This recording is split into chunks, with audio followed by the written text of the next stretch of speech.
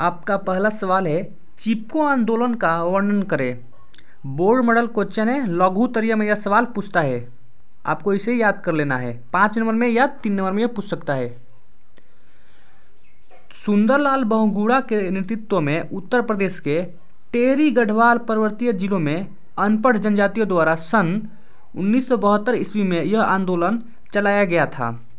इस आंदोलन में स्थानीय लोग हरे भरे पेड़ पौधों को काटने से बचाने के लिए अपने आगोश में घर घेर कर इसकी रक्षा करते थे, यानी पेड़ों को घेर लेते थे और इसकी रक्षा करते थे। उसे ही चिपको आंदोलन कहा जाता है।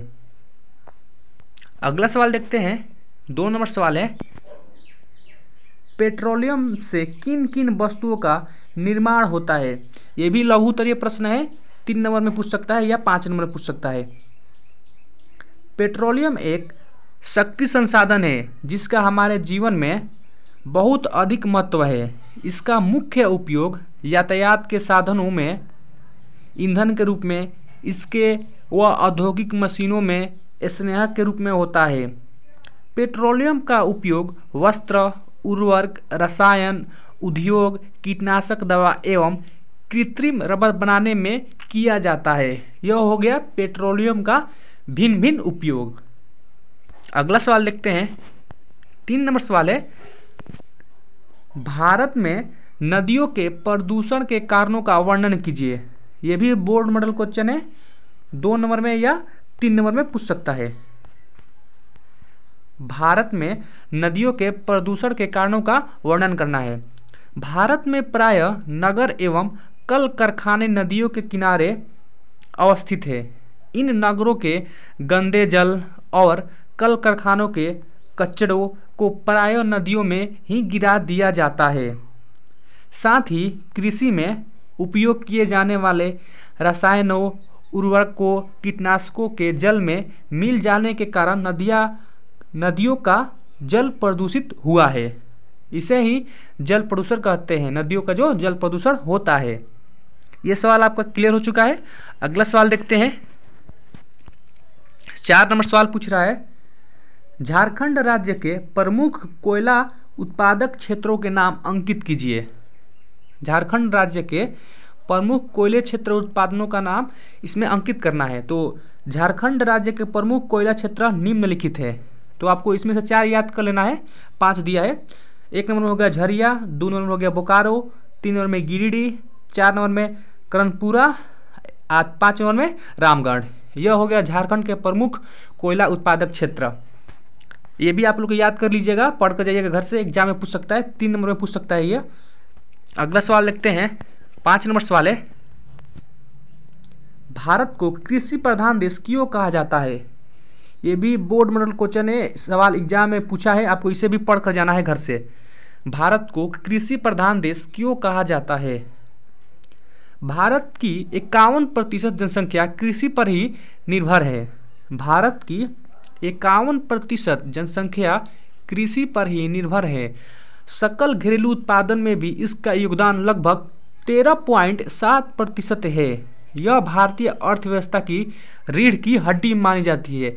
यही कारण है कि भारत को कृषि प्रधान देश कहा जाता है। यह सवाल आपको बहुत ही ईजी है, आपको इसे पढ़ कर जाना है और अच्छे से लिख कर आना है।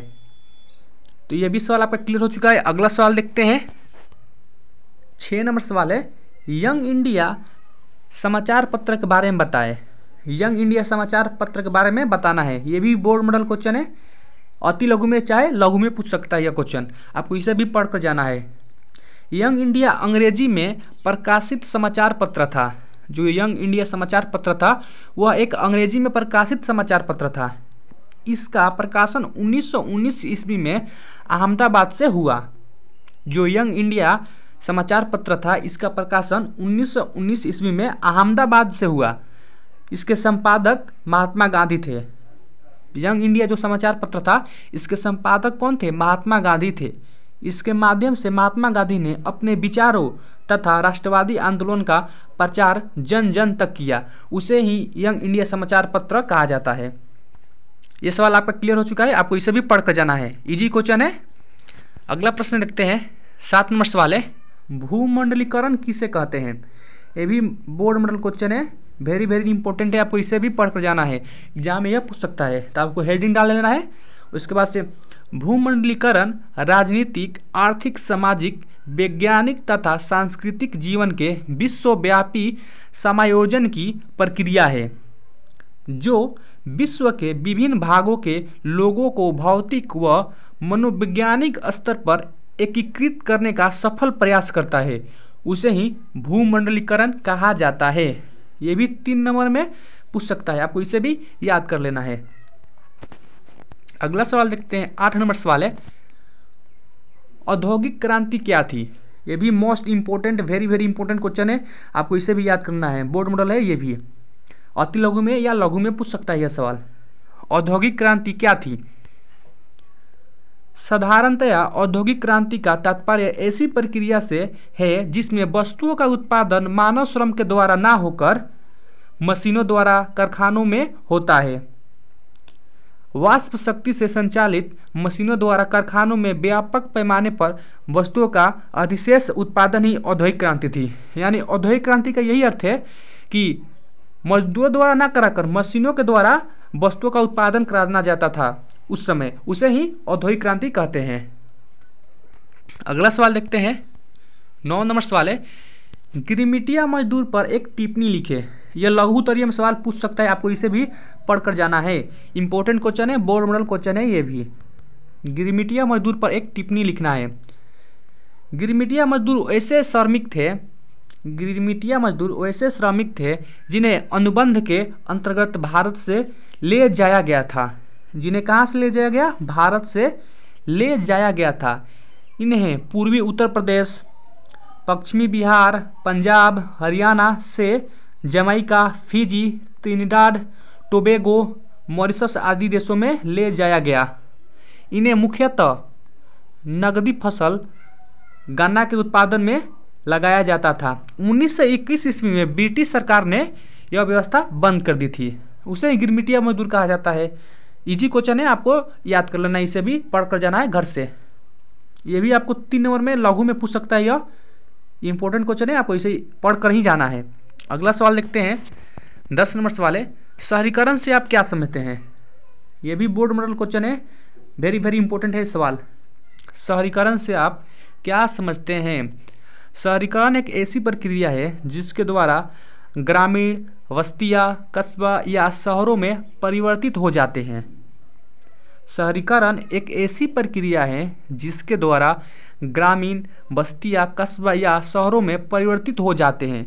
इससे एक नई अर्थव्यवस्था उत्पन्न होती है जिसमें कृषि, पशुपालन का स्थान व्यापार, शिल्प और उद्योग में धंधों ने ले लिया, उसे शहरीकरण कहा जाता है। ये भी 3 नंबर में सवाल पूछ सकता है अति लघु में। तो आपको अगला सवाल देखते हैं, राष्ट्रवाद क्या है? ये भी most important, very very important सवाल है, बोर्ड मॉडल क्वेश्चन। ये सवाल बार बार एग्जाम में पूछा है, आपको इसे याद कर लेना है।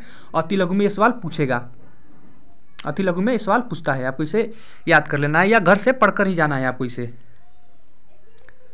सामान्य अर्थों में राष्ट्रवाद का अर्थ अपने राष्ट्र के प्रति सोच और लगाव की भावना का विकास करना। दूसरे अर्थों में राष्ट्रवाद एक ऐसी भावना है जो किसी विशेष भौगोलिक, सांस्कृतिक या सामाजिक परिवेश में रहने वाले लोगों में एकता की वाहक बनाती है, उसे ही राष्ट्रवाद कहते हैं। इजी सवाल है, आपको इसे पढ़कर जाना है घर से, अति लघु में सवाल पूछ सकता है। अगला सवाल देखते हैं, 12 नंबर सवाल है, मेटरनिक युग क्या है? ये भी मोस्ट इंपॉर्टेंट क्वेश्चन है, वेरी वेरी इंपॉर्टेंट है, वेरी वेरी इंपॉर्टेंट सवाल है और बोर्ड मॉडल भी क्वेश्चन है, इसे आपको भी याद पढ़कर जाना है घर से। मेटरनिक युग क्या है? मेटरनिक ऑस्ट्रिया का चांसलर था। वियना कांग्रेस के द्वारा यूरोप में नेपोलियन युग का अंत हुआ और मेटरनिक युग की शुरुआत हुई। मेटरनिक घोर प्रतिक्रियावादी था तथा राष्ट्रवाद एवं गणतंत्र का विरोधी था। 1848 की क्रांति के द्वारा मेटरनिक युग की समाप्ति हो गई। और आसान भाषा में समझे तो मेटरनिक ऑस्ट्रिया का चांसलर था और इसके शासनकाल को ही मेटरनिक युग कहा जाता है। ये हो गया छोटा, और बड़ा लिखना है तो आपको इसे पढ़कर जाना है, ठीक है। ये भी सवाल आपका क्लियर हो चुका है। अगला सवाल देखते हैं, 13 नंबर सवाल है, सांप्रदायिकता क्या है? ये भी वेरी वेरी इंपॉर्टेंट सवाल है, एग्जाम में पूछ सकता है, आपको इसे भी पढ़कर जाना है। सांप्रदायिकता क्या है? जब समाज में एक धर्म के लोग दूसरे धर्म को छोटा एवं अपने धर्म को सर्वोच्च समझने लगते हैं तो समाज में धार्मिक आधार पर बिलगाव उत्पन्न होते हैं। इसी अवधारणा को सांप्रदायिकता कहते हैं। यह किसी भी लोकतंत्र के लिए खतरनाक है। ये भी सवाल आपका क्लियर हो चुका है। अति लघु में सवाल पूछ सकता है, 3 नंबर में पूछ सकता है आपको। अगला सवाल देखते हैं, 14 नंबर सवाल है, बंधुआ मजदूर किसे कहते हैं? बंधुआ मजदूर किसे कहते हैं? ये भी बोर्ड मॉडल क्वेश्चन है, आपको इसे पढ़कर जाना है। अति लघु में या लघु में पूछ सकता है यह सवाल। बंधुआ मजदूर किसे कहते हैं? ऋण के बदले अपने श्रम को बंधक बनाने वाला श्रमिक बंधुआ मजदूर कहलाता है। यानी ऋण के बदले अपने श्रम को बंधक बनाने वाला श्रमिक बंधुआ मजदूर कहलाता है।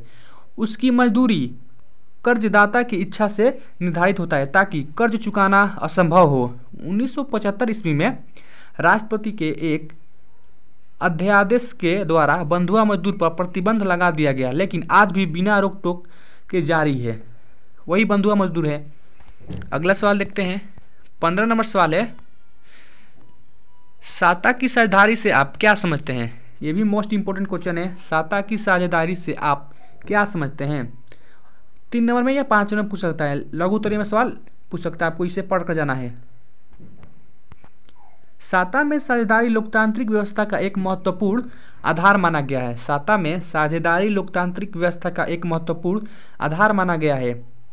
नागरिकों द्वारा सरकारी काम कागज पर प्रत्यक्ष या अप्रत्यक्ष रूप से भाग लेने की क्रिया को साता में साझेदारी की संज्ञा दी जाती है। अर्थात राज्य के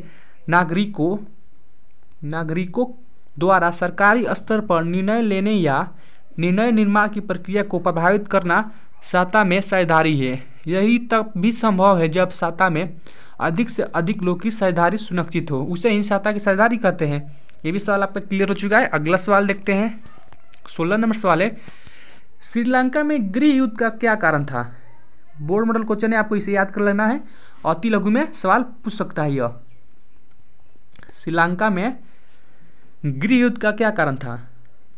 श्रीलंका की सरकार ने स्वतंत्रता के बाद जो भी कानून बनाए उसमें सत्ताधारी सिंहली समुदाय ने तमिल समुदाय के हितों की निरंतर उपेक्षा की, जिसके परिणाम स्वरूप तमिलों तथा सिंहलियों के बीच एक टकराव ने गृह युद्ध का रूप ले लिया। उसे ही गृह युद्ध श्रीलंका का कहा जाता है। अगला सवाल देखते हैं, 17 नंबर सवाल है, पूंजीवादी अर्थव्यवस्था किसे कहते हैं? ये भी बोर्ड मॉडल क्वेश्चन है। अति लघु में सवाल पूछ सकता है। अति लघु में सवाल पूछता है 2 या 3 नंबर में। पूंजीवादी अर्थव्यवस्था किसे कहते हैं? अर्थव्यवस्था का वह स्वरूप जिसमें उत्पादन के साधनों का स्वामित्व निजी व्यक्तियों के पास होता है और इसका उपयोग अपने निजी लाभ के लिए करते हैं, जैसे अमेरिकी अर्थव्यवस्था, उसे ही पूंजीवादी अर्थव्यवस्था कहते हैं। ये भी सवाल आपका क्लियर हो चुका है। अगला सवाल देखते हैं, 18 नंबर सवाल है, गरीबी गरीबी को जन्म देती है कैसे? ये भी मोस्ट इंपोर्टेंट वेरी इंपॉर्टेंट सवाल है। एक सवाल एग्जाम में पूछा है, आपको इसे भी पढ़ कर जाना है। गरीबी गरीबी को जन्म देती है कैसे, ये बताना है आपको। तो हेडलाइन डाल देना है। उसके बाद से गरीब इसलिए गरीब है कि इनमें गरीबी के कारण उनकी आय कम होती है। गरीब इसलिए गरीब है कि इनमें गरीबी के कारण उनकी आय कम होती है। अशिक्षा और अज्ञानता के कारण बच्चों की पैदाइश अधिक होती है, फलतः उनकी अगली पीढ़ी अधिक गरीब हो जाती है। गरीबी का कुचक्र अनवरत चलता रहता है। इसका अर्थ है कि गरीबी ही गरीबी को जन्म देती है। लघु उत्तरीय में या अति लघु में सवाल पूछता है, आपको इसे पढ़ कर जाना है। इजी सवाल है, एग्जाम में पूछ सकता है। 19 नंबर सवाल है, बाढ़ कैसे आती है स्पष्ट करें। आपदा प्रबंधन का क्वेश्चन है, 1 या 2 सवाल पूछता है एग्जाम में हमेशा, तो आपको इसे भी पढ़ कर जाना है। बाढ़ कैसे आती है स्पष्ट करें। अधिक वर्षा होने के कारण नदियों में जल का जमाव होता है। साथ ही अवसादों के जमा होने के फलस्वरूप नदी तल की गहराई में कमी आती है। नदी तल के भरने के कारण जल का स्तर धीरे धीरे ऊपर उठता है और नदी के तटबंधों पर दबाव बढ़ जाता है। फलतः बांध तटबंध टूट जाते हैं और नदी का जल विभिन्न क्षेत्रों में फैल जाता है, जिससे बाढ़ आती है। लघुत्तरीय में या अति लघु में सवाल पूछ सकता है, आपको इसे भी पढ़कर जाना है। ये भी सवाल आपका क्लियर हो चुका है। अगला सवाल देखते हैं, 20 नंबर सवाल है, चक्रवात किसे कहते हैं। ये भी वेरी वेरी इंपॉर्टेंट सवाल है, आपको इसे पढ़कर जाना है। चक्रवात किसे कहते हैं, ये भी आपदा का क्वेश्चन है, 1-2 पूछता ही एग्जाम में। जब किसी क्षेत्र में निम्न दबाव का केंद्र बनता है और उसके चारों ओर उच्च दबाव रहता है तो बाहर से केंद्र की ओर बड़ी तेजी से वायु चलती है, इसे चक्रवात कहते हैं। जब किसी क्षेत्र में निम्न दबाव का केंद्र बनता है और उसके चारों ओर उच्च दबाव रहता है तो बाहर से केंद्र की ओर बड़ी तेजी से वायु चलती है, उसे ही हम लोग चक्रवात कहते हैं। ये भी सवाल आपका क्लियर हो चुका है। अति लघु में ये सवाल पूछ सकते हैं आपको, इसे भी आपको पढ़ कर जाना है, इजी सवाल है, याद भी हो सकता है। अगर आप चैनल पर पहली बार आए, चैनल को सब्सक्राइब कर ले, वीडियो को लाइक करें और शेयर करें ताकि दूसरे स्टूडेंट को भी हेल्प हो सके। मिलते हैं एक और नए वीडियो के साथ, तब तक के लिए जय हिंद, वंदे मातरम।